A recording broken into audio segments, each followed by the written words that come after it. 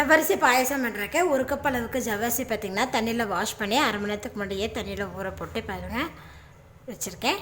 இது கூட பார்த்திங்கன்னா 1 கப் அளவுக்கு வந்து சர்க்கரை, பால் வந்து 1 லிட்டர் எடுத்திருக்கேன்.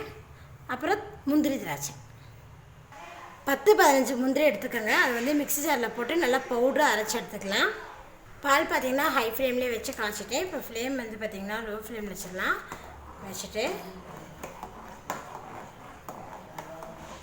லோ ஃப்ளேம்லேயே வச்சு பாலை பார்த்திங்கன்னா நல்லா காய்ச்சிட்டோம். அதோடய பச்சை வாசம் போகிற அளவுக்கு பார்த்திங்கன்னா நல்லா பாலை காய்ச்சிட்டு இப்போ இது கூட பார்த்திங்கன்னா நம்ம ஊற வச்சு தண்ணி இல்லாமல் எடுத்து வச்சுருக்கிற ஜவ்வரிசி இதில் சேர்த்திக்கலாம். பால்லே தான் ஜவ்வரிசி வேகணும் ஃப்ரெண்ட்ஸ். அதனால் பார்த்திங்கன்னா தண்ணி இல்லாமல் இதில் சேர்த்திக்கோங்க. சேர்த்துட்டு நல்லா கிளறி விட்டுருங்க. 10 நிமிஷம் பார்த்திங்கன்னா லோ ஃப்ளேம்லேயே பார்த்திங்கன்னா நல்லா குக் பண்ணிவிட்டேன். ஜவ்வரிசி பார்த்திங்கன்னா பால்லே பாருங்கள் குக் ஆகிருக்கு. இப்போ இது கூட பார்த்திங்கன்னா நான் முந்திரி எடுத்து வச்சதை பார்த்திங்கன்னா மிக்ஸி ஜாரில் போட்டு நல்லா பவுட்ரு பண்ணியிருக்கேன். அதை இதில் சேர்த்திக்கலாம். சேர்த்தும் போது பார்த்திங்கன்னா இந்த ஜவ்வரிசி பாயசம் வந்து நல்லா டேஸ்ட்டாக இருக்கும் ஃப்ரெண்ட்ஸ். சேர்த்துட்டு இதை நல்லா கிளறி விட்டுருங்க. முந்திரி பவுடர் சேர்த்திட்டு கட்டி இல்லாமல் நல்லா கிளறிட்டேன். இப்போ இது கூட பார்த்திங்கன்னா நம்ம சுகர் சேர்த்துக்கலாம். நான் பார்த்திங்கன்னா 1 கப் அளவுக்கு சுகர் சேர்த்துறேன். உங்களுக்கு வந்து இனிப்பு இன்னும் கொஞ்சம் கூடுதலாக வேணும்னு நினச்சிங்கன்னா நீங்கள் இன்னும் கூட கொஞ்சம் கூடுதலாக சேர்த்துக்கலாம், இல்லை குறைவாகவும் சேர்த்துக்கலாம். இது வந்து கரெக்டான மெஷர்மெண்ட்டு. சர்க்கரையை சேர்த்துட்டு நல்லா விடுங்க. சர்க்கரை பார்த்திங்கன்னா நல்லா கரைஞ்சிருச்சு பாருங்கள்.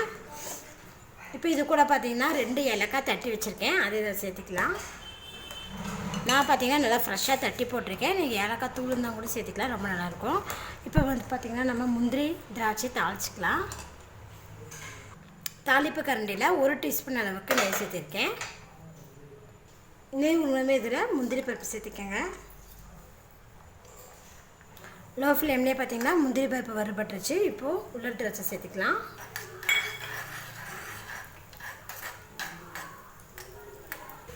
திராட்சை பார்த்திங்கன்னா நல்லா புஷ்ஷுன்னு பலூன் மாதிரி நல்லா ஊதி வருது பாருங்கள். திராட்சையும் பார்த்திங்கன்னா நெய்யில் நல்லா வறுபட்டுருச்சு. இப்போ இதை வந்து நம்ம ஜவ்வரிசி பாயாசத்தில் இதை நம்ம ஆட் பண்ணிக்கலாம். பார்த்திங்கன்னா சூப்பரான ஜவ்வரிசி பாயாசம் பார்த்திங்கன்னா நல்லா டேஸ்ட்டாக பண்ணிட்டுருக்கேன். அவ்வளோதான், ஸ்டவ் ஆஃப் பண்ணலாம். ரொம்ப ஈஸியாக டேஸ்ட்டாக ஜவ்வரிசி பாயசம் பண்ணிட்டேன் ஃப்ரெண்ட்ஸ். நீங்களும் இது போல் செஞ்சு பாருங்கள். செஞ்சு பார்த்துட்டு உங்கள் ஃபீட்பேக்கை சொல்லுங்கள். இந்த வீடியோ பிடிச்சா லைக் பண்ணுங்கள், உங்கள் ஃப்ரெண்ட்ஸ் ஷேர் பண்ணுங்கள். மறக்காம ஆமினா சமையல் சப்ஸ்கிரைப் பண்ணிக்கோங்க. நன்றி.